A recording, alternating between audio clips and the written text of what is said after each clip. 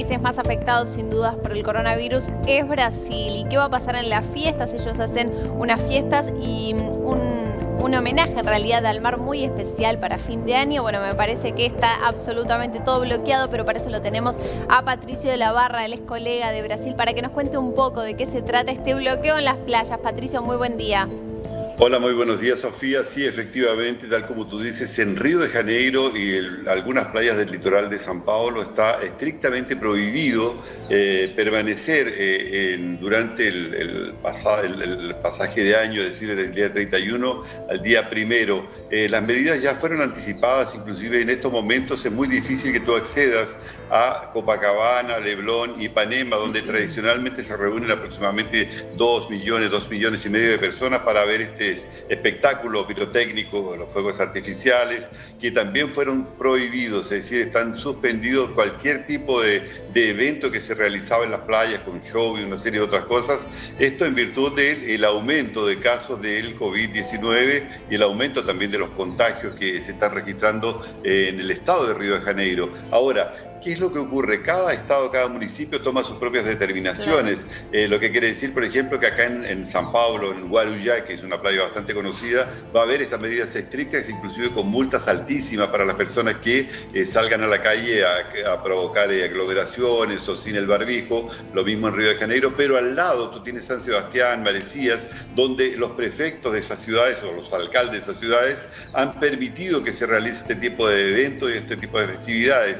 Esto está asustando un poco a los especialistas acá en Brasil, que indican que en marzo tendremos esta llamada segunda ola, producto de estas aglomeraciones que se están provocando en algunos sectores. En Río de Janeiro, por ejemplo, el prefecto interino, Jorge Felipe, indicó que habrá multas pesadísimas para aquellos que transgredan estas determinaciones. Son 15.000 reales por no usar el barbijo y 15.000 reales por estas aglomeraciones, es decir, aproximadamente $3.000 tendrá que pagar cada persona que transgreda estas determinaciones. Es decir, la cosa es bastante seria ahí en Río, ¿no?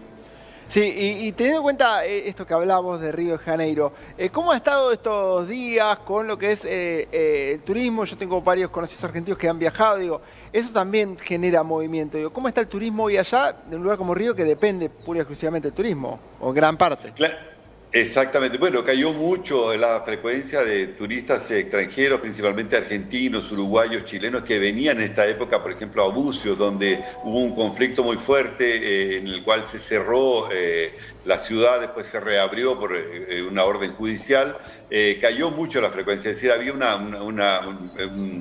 reserva de 60%, cayó a 10%, es decir, 10% solamente de turistas serán recibidos. Claro, lógicamente va a tener un efecto muy fuerte por el turismo, pero por el otro lado tú vas a ver que están los hospitales ya congestionados. En Manaus, otra ciudad que es muy visitada también, los hospitales están totalmente colapsados, es decir, no hay posibilidades de atender a la gente que se ha contagiado en estos últimos días.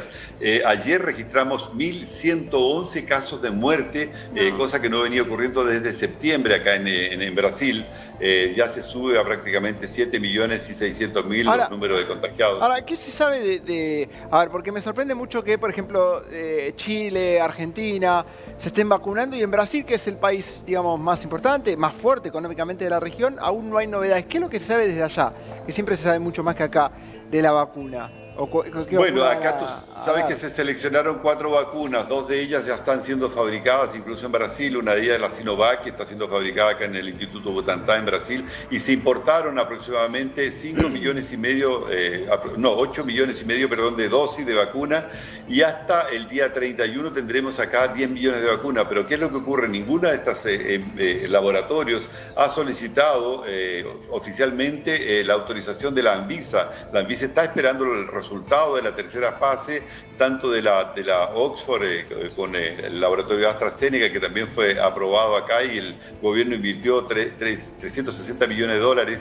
Está la vacuna rusa también, que está siendo preferida en algunos sectores, por ejemplo, Paraná, en Bahía, está la Sputnik V, y todas estas vacunas están en estos momentos acá. La Pfizer, por ejemplo, también existe un número elevadísimo de vacunas, pero la Anvisa todavía no ha determinado la autorización, ni emergencial. Entonces esto está preocupando incluso al gobierno y también a los especialistas que están aguardando ahí, porque en 5 días tendríamos ya la posibilidad de tener la vacuna. Ayer hablaba justamente el secretario ejecutivo y también el ministro Eduardo Pazuello, diciendo que en enero sí o sí se comenzaba acá la vacunación, el día 20 de enero en algunos sectores, y en febrero el resto del país, aproximadamente 108 millones de vacunas estarían ya a disposición en esa época para los brasileños, ¿no? Sí, teniendo en cuenta, Patricio, la segunda ola, la tercera ola que se está dando, la cantidad de cepas, me imagino que también es preocupante porque no pudieron en realidad con la primera y no se tomaron estas medidas sanitarias, quedaron muchas personas sin atender. Bueno, la cantidad de cifras en cuanto a las víctimas fatales